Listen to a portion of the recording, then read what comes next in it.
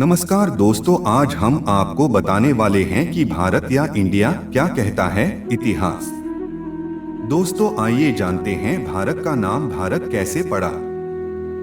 लेकिन दोस्तों, अगर आपने अभी तक चैनल को सब्सक्राइब नहीं किया है तो चैनल को सब्सक्राइब कर दीजिए और उससे पहले इस वीडियो को लाइक करिए या दोस्तों को शेयर कर दीजिए। भारत या इंडिया हमें क्या कहना चाहिए और क्यों? भारत और इंडिया शब्द की उत्पत्ति कब और कैसे हुए, क्या है इनका अर्थ? प्राचीन और पौराणिक इतिहास क्या कहता है? सब कुछ जानेंगे एकदम प्रामाणिक तरीके से। यह भी कि हिंदुस्तान शब्द कब से प्रचलन में आया और क्या है इस शब्द का अर्थ। दोस्तों आइए जानते हैं भारतवर्ष शब्द का अर्थ। भारत में भा का अर्थ ज्ञान रूपी प्रकाश और रत का अर्थ जुटा हुआ, खोजी या ली। इस तरह भारत का अर्थ होता है जो लोग इस भूमि पर ज्ञान की खोज में लगे रहते हैं। दूसरा अर्थ है जो भरत के वंशज हैं। इसमें वर्ष का अर्थ है एक वर्षा ऋतु से दूसरी वर्षा ऋतु के बीच का समय या साल। भिन्न भिन्न प्रकृति या वर्षा क्षेत्र को वर्ष कहा जाता है। चूंकि भारत में सभी तरह की प्रकृति, 4 ऋतुएं और वर्षा क्षेत्र हैं, तो एकमात्र यही देश है जिसके नाम के आगे वर्ष लगाया जाता है। अन्य कई देशों में 2 ऋतुएं ही होती हैं, तो वर्ष का कोई अर्थ नहीं। उल्लेखनीय है कि भरत शब्द भारत नहीं का अर्थ भारण पोषण करने वाला, प्रजा को पालने वाला होता है। दोस्तों आइए जानते हैं भारत का नाम कैसे पड़ा। भारत विष्णु पुराण अनुसार धरती के 7 द्वीप है, जम्बू, लक्ष, शाल्मली, कुश, क्रौंच, शाक एवं पुष्कर। इसमें से जम्बू द्वीप सभी के बीचों बीच स्थित है। जम्बू द्वीप के 9 खंड हैं, इलावृत, भद्राश्व, किमपुरुष, भारत, हरि, केतुमाल, रमयक, कुरु और हिरण्यमय। समुद्र के उत्तर तथा हिमालय के दक्षिण में भारतवर्ष स्थित है। इसका विस्तार 9000 योजन है। यह स्वर्ग अपवर्ग प्राप्त कराने वाली कर्मभूमि है। भागवत पुराण के स्कंद 5 और अध्याय 4 के श्लोक में इसका उल्लेख मिलता है कि धरती के राजा महान प्रियव्रत थे। उनके दत्तक पुत्र अग्निंध्र हुए, जो संपूर्ण जम्बू द्वीप के सम्राट बने। अग्निध्र ने अपने पुत्र नाभि को उस क्षेत्र का राजा बनाया, जिसे बाद में भारतवर्ष कहा जाने लगा। नाभि के पुत्र ऋषभदेव ने इस क्षेत्र पर जब तक शासन किया, तब तक इस क्षेत्र का नाम अजनाभ खंड या अजनाभ वर्ष था। ऋषभदेव के पुत्र भरत जब इस संपूर्ण क्षेत्र के सम्राट बने तो उनके नाम पर इस क्षेत्र का नाम भारत पड़ा। अजनाभ नामैतद्वर्ष भारतमिति यद आरभ्य व्यपदिशन्ति। श्रीमद् भागवत। ऋषभदेव स्वयंभू मनु से 5वीं पीढ़ी में इस क्रम में हुए। स्वयंभू मनु, प्रियव्रत, अग्निघ्र, नाभि और फिर ऋषभ। राजा और ऋषि ऋषभनाथ के 2 पुत्र थे, भरत और बाहुबली। बाहुबली को वैराग्य प्राप्त हुआ तो ऋषभ ने भरत को चक्रवर्ती सम्राट बनाया। भरत को वैराग्य हुआ तो वो अपने बड़े पुत्र को राजपाट सौंपकर जंगल चले गए। इस बात के पर्याप्त प्रमाण हमें शिलालेख एवं अन्य धर्मग्रंथों में भी मिलते हैं। इसका उल्लेख अग्निपुराण, मार्कंडेय पुराण व भक्तमाल आदि ग्रंथों में भी मिलता है। अत दुष्यंत शकुंतला के पुत्र भरत के नाम पर इस देश का नाम भारत होना केवल एक जनश्रुति है, सत्य नहीं।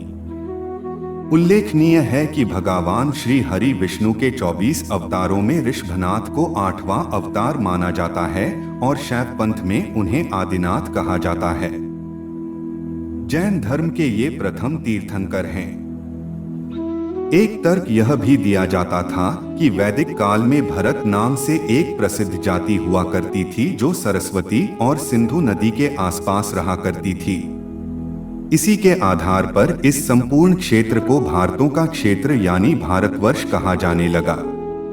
इस जाति का इतिहास में प्रसिद्ध 10 राजाओं से युद्ध हुआ था, जिसे दासराज्य का युद्ध कहा जाता है। दोस्तों आइए जानते हैं हिंदुस्तान शब्द की उत्पत्ति कैसे हुई।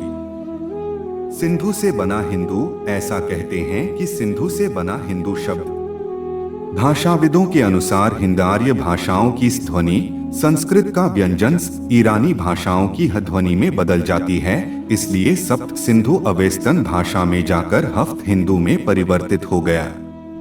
इसके बाद ईरानियों ने सिंधु नदी के पूर्व में रहने वालों को हिंदू नाम दिया। इसी से कहा किया हिंदुस्तान, जो आगे चलकर हिंदुस्तान बन गया।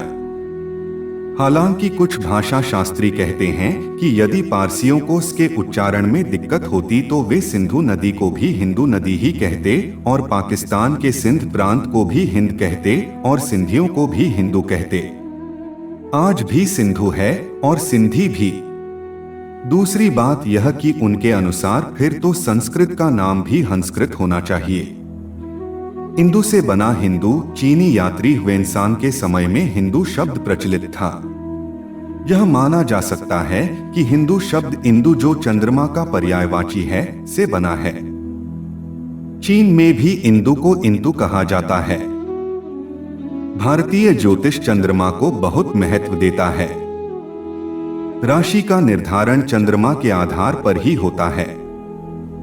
चंद्रमास के आधार पर तिथियों और पर्वों की गणना होती है। अतः चीन के लोग भारतीयों को इंदु या हिंदू कहने लगे।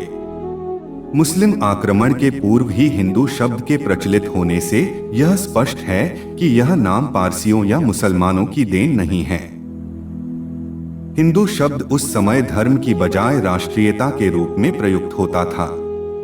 चूंकि उस समय भारत में केवल वैदिक धर्म को ही मानने वाले लोग थे और तब तक अन्य किसी धर्म का उदय नहीं हुआ था, इसलिए हिंदू शब्द सभी भारतीयों के लिए प्रयुक्त होता था। भारत में हिंदुओं के बसने के कारण कालांतर में विदेशियों ने इस शब्द को धर्म के संदर्भ में प्रयोग करना शुरू कर दिया। हालांकि भी यह भी कहा जाता है कि हिंदू नाम तुर्क, फारसी, अरबों आदि के प्रभाव काल के दौर से भी पहले से चला आ रहा है, जिसका एक उदाहरण हिंदूकुश पर्वतमाला का इतिहास है। दोस्तों, आइए जानते हैं इंडिया नाम का अर्थ क्या होता है। इंडिया शब्द की उत्पत्ति इंडस वैली के कारण हुई है। भारत के रोम और यूनानी लोगों से प्राचीन काल में संबंध रहे हैं। यूनानी यानी ग्रीक लोग भारत में शिक्षा प्राप्त करने और व्यापार करने के आते थे। उनका मुख्य पड़ाव सिंधु नदी और घाटी के क्षेत्र में भी होता था। उस काल में सिंधु एक बहुत बड़ी नदी थी। इस नदी की 7 सहायक नदियां थीं। इसी सिंधु नदी को ग्रीक लोगों ने इंडस कहा है। यह इंडस शब्द पहले इंडिका हुआ और बाद में अंग्रेजों के प्रभाव से इंडिया हो गया। अगर हमारा वीडियो पसंद आया हो तो लाइक करिए और कमेंट में बताएं कैसा लगा। फिर मिलेंगे एक नए वीडियो के साथ। जुड़े रहिए भारतम भाग्यम के साथ।